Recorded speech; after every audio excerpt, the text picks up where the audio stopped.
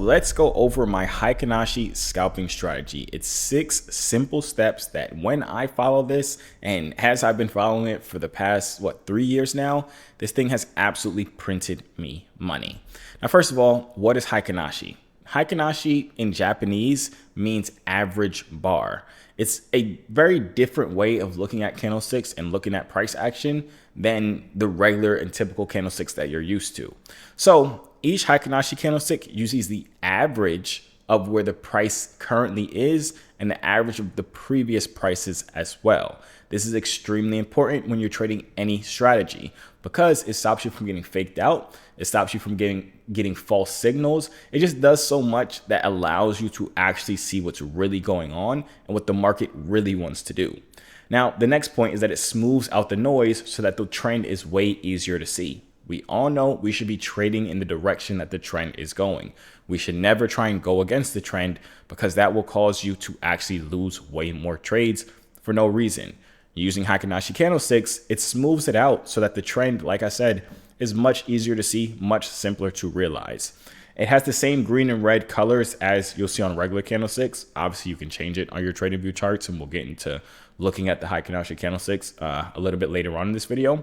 But it just shows you cleaner and more connected candles. The reason why I personally use it and why I teach it to a lot of my students is because with Heikin-Ashi candlesticks, trends are obvious. Pullbacks are also obvious, and then reversals are able to show up and you're able to spot them a lot faster, no matter if you're a complete beginner or you're an experienced trader.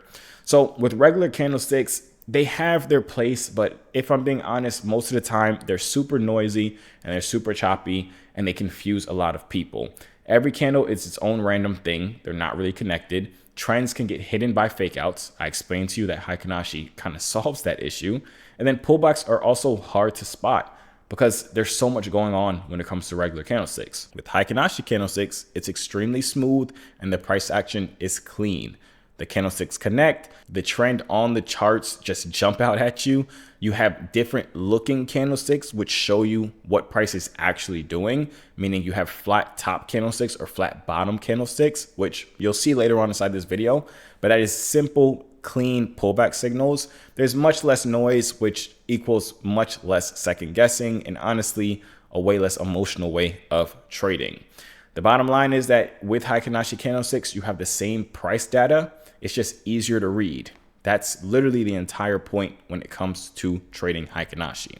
So before we hop into this 6-step checklist, here's just a key things you need to know and what you need to have on your charts to be ready to trade this strategy. So the first thing, we already went over it, Heikin-Ashi candlesticks. Now, later on in this video, every single thing that we go over on this little PowerPoint that I beautifully and wonderfully made, everything we go over on it, I'm going to show you it live on the charts as well, but I want you guys to have this so you can see it clearly on the screen before we go into the charts. So like I said, first thing you need to do is actually be on Heikin-Ashi candlesticks. So switch from regular candlesticks to Heikin-Ashi. You need one indicator for the strategy. That's it. You don't need 30 different indicators, just one indicator. It's called the EMA. By default, you'll be on the 9 EMA, but you'll go into settings and switch that to 100. I'll show you how to do that later on inside this video. And then the time window when I usually trade this, because it is a scalping strategy, you really want to trade it during the highest volume time window of the day. Now, usually the highest volume time window of the day is from like 9 a.m. to 12 p.m. The reason I say 10 a.m. to 12 p.m. instead of 9 a.m. to 12 p.m.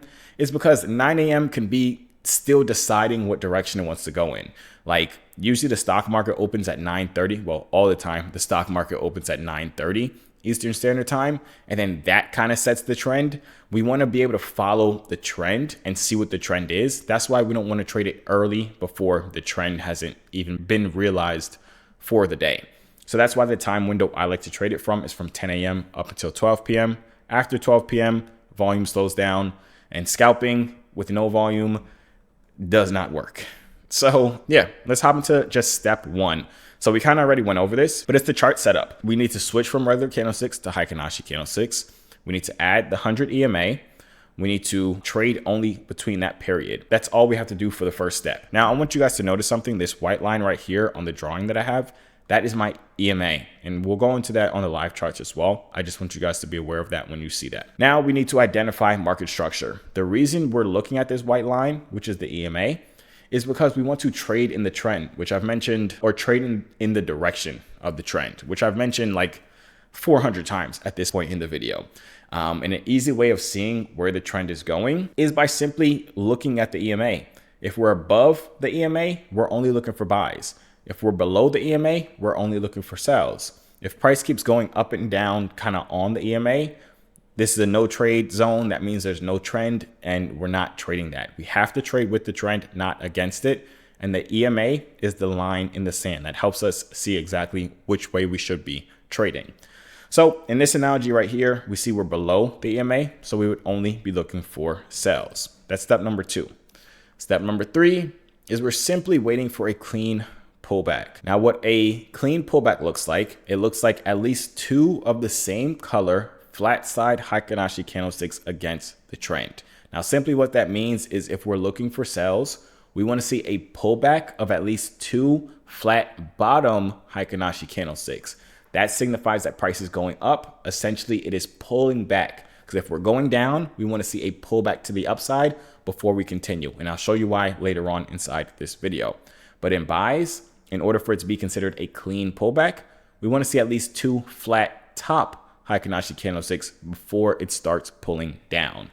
If we have no clean pullback, we're not trading it, we're skipping it. If it's a choppy pullback and it has wicks on the top and the bottom of the candlesticks, that's not a clean pullback, we are skipping it. Step number 4 is we're waiting for our entry. We're waiting for a high volume doji candlestick. And I'll show you guys what this looks like on the charts.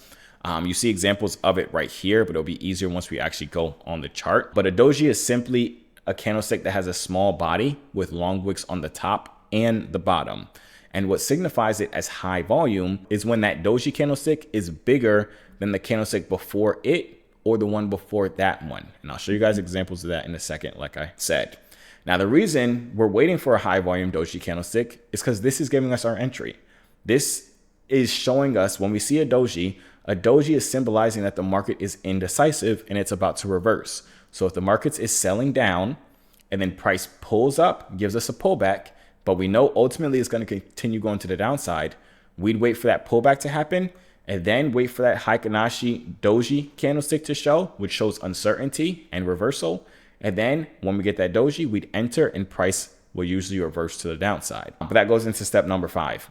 So as soon as that high volume doji candlestick closes, keep in mind, this is all done on the 1 minute time frame. We're not looking at any other time frame. I do not care about the 5 minute, the 4 hour, the daily, the weekly chart. I don't care about any of that. We're only looking at the 1 minute time frame, and we're entering on the 1 minute time frame as soon as that doji candlestick, the high volume doji candlestick, closes. And then for buys, our stop loss is going to go right below the doji's bottom wick, which we're about to go over in a second, or about to show you guys examples of in a second. So if we enter for buys, the stop loss is going to go below the doji's that we actually entered on, the lowest wick of the doji that we actually entered on. For sells, which in this example is for sells, the stop loss is going to go right above the doji's top wick. So you see, we would have entered right here. The doji is up here. So we'd have our stop loss right above this candlestick right here. And then for our take profit, which is step 6, we're going for at least a 1-to-1 risk to reward ratio, meaning if we risk $100, we're going to make $100 if it hits our take profit. So I always go for at least a 1-to-1. A lot of my traders inside the inner circle do hold it for longer, like to a 2-to-1 or a 3-to-1. But you just have to be aware if you do hold it longer, because a lot of times it will go further than a 1-to-1. But if you do hold it longer, just be aware that the win rate, what did I say? Win weight? I sound like a baby. The win rate will drop if you try and hold it longer. But that's just something to keep in mind. The goal with this, again, it's a scalping strategy. It's to be in and out within a few minutes. It's not to be sitting here all day waiting for it to hit a freaking 30-to-1 risk to reward ratio trade. But here's the checklist right now. You can print this off. You can, I don't know, tattoo it on your right hand or something like that. That was my left hand. On your right hand, whatever it is, just to help you have it and make sure you're following it. If you skip out on any of these steps in the checklist, this strategy will not perform as well as it will if you stick to it. I've noticed that. I've tried changing so many things with it. This is a strategy that I've used and perfected over 3 years now at this point, I can assure you that this checklist right here has saved me from so many losses by just following this 6-step checklist. So we're below the EMA, so we're looking for sales. Now we're just waiting for a pullback. We want at least 2 green candlestick pullbacks, just like this. We had 2 right here. This one is not a clean candlestick pullback because we do have a wick on the bottom, but that's fine. We already have 2 clean candlestick pullbacks to the downside. Now we're waiting for a doji candlestick that tells us that price is about to reverse and continue going back in the overall direction, which in this example is down. Look what we have here, a doji candlestick. We have a very small body and long wicks on the top or the bottom, which signifies that it is a doji candlestick. Now remember, it can't just be any doji candlestick. It has to be a high volume doji candlestick. And I told you guys high volume simply means that the size of the candlestick itself has to be bigger than the candlestick before that one or the candlestick before that one. So this candlestick, if we draw this blue box around it, we can see that it is this big. If we put it up to the candlestick before it, we see that it's bigger than that one. And we see that it's bigger than the candlestick before it. But it doesn't have to be bigger than both of them. As long as it's bigger than one of the last 2 candlesticks, you're good. So once we see that, and as soon as price closes, we would enter our trade. We'd put our stop loss right above the candlestick that we entered on, just like that. And then we're dragging our take profit until risk/reward ratio says 1. Once we did that, we're in the trade and we're simply just waiting for price to hit our take profit. And as we see, this ended up hitting our take profit within the matter of 9 minutes. Now, if you didn't know, inside of my inner circle, you actually get to see how I implement all of this information inside of the markets every single day. You get to come and trade live with me every day. You have the opportunity to copy every single trade that I take in real time. You have the ability to ask me any questions because I will coach you one-on-one. Now, if that's interesting for you, I'll leave a link for my inner circle in the description of this video to help you get started implementing all of this information.